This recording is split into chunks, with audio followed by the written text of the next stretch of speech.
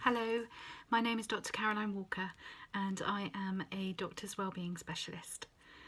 I have been making videos about the mental health consequences of COVID on doctors lately, and I would like to speak today about Physician Suicide Awareness Day. So that's this Thursday 17th of October. Today is Physician Suicide Awareness Day. This is a topic really close to my heart because I'm aware of physician suicide pretty much on a daily basis, doing the job that I do as a psychiatrist and therapist looking after doctors with mental and physical health problems, and it is an incredibly common problem. We know that doctors tend to struggle a bit more with their mental health than the general population, and we know that their rates of suicide can be higher. Some studies showing that in female physicians that the suicide rates are some 2 to 3 times higher than the general population.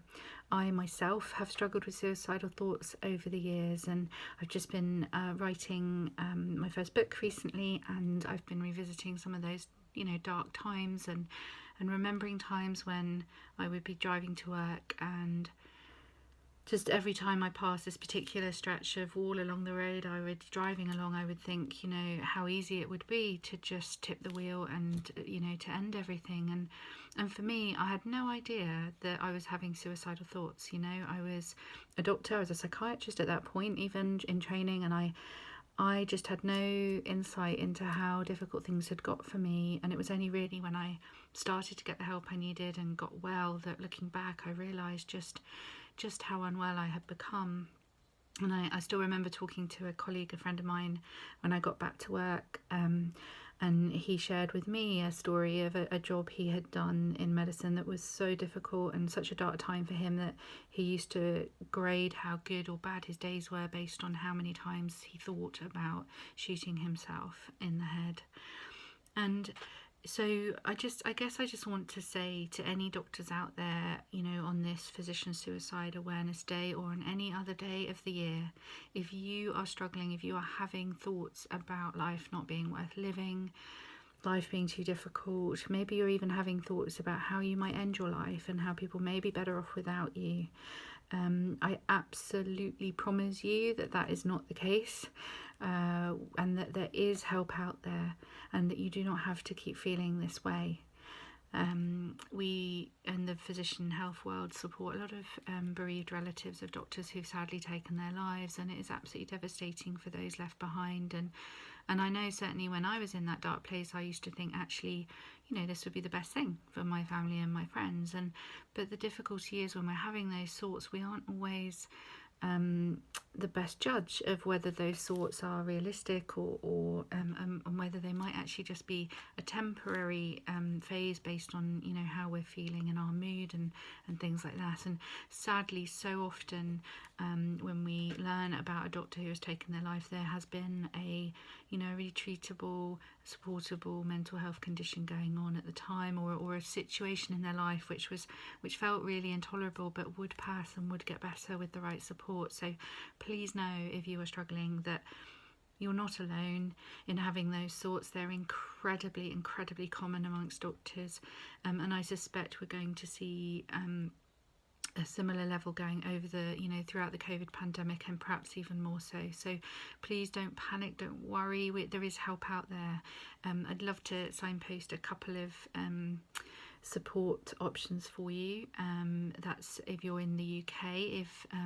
Particularly if you're in England, if you're a doctor in England, you can self-refer to the confidential health service, Practitioner Health. If you just Google Practitioner Health service, the website will come up, and you can self-refer and get absolutely confidential support for how you're feeling. There's also the BMA wellbeing support lines. There's also you can text Frontline to 85258 24 hours a day for support if you need it. There's also all the usual avenues of support available to you. Please don't forget, your GP, there's your colleagues at work who are meant to be there to support you as well, your line managers, supervisors, your peers. We really are meant to be in this together and to support support one another. So the important thing is that you speak to somebody. And if you would like to reach out to me, I'd be very happy to signpost you as well. Please do contact me at caroline@joyfuldoctor.com. So my number one message, I guess, on Physician Suicide Awareness Week is please, know that you are not alone to have these thoughts, that there is help out there, and it's okay to come forward and talk about that and get that support that you need in confidence and in a safe place. And those of us in the world of physicians' health are just absolutely really desperate to just support you in any way we can to get the help you need and to feel better, because it is possible. It's rare, very rare these days that I have those thoughts, having spent many years having them on and off due to my own mental health problems. And so I know I've been there, I know how hard it can be, and I know how hard it can be to let people know. Actually, I think sometimes we want to hold on to those thoughts and those plans and those ideas because we feel that they're a way out of feeling really awful and impossible and intolerable emotions and situations that we find ourselves in. And but I do promise you, if you come for help, it does get better, and there are alternatives. And get well, get happy, get support, and then make a decision, because it's a big thing. And as I say, it does leave a huge impact on those you leave behind. And I certainly do not want you to take your own life if that's what you're thinking about doing today. So yeah, please reach out, and we're here to help. Thank you. Bye for now.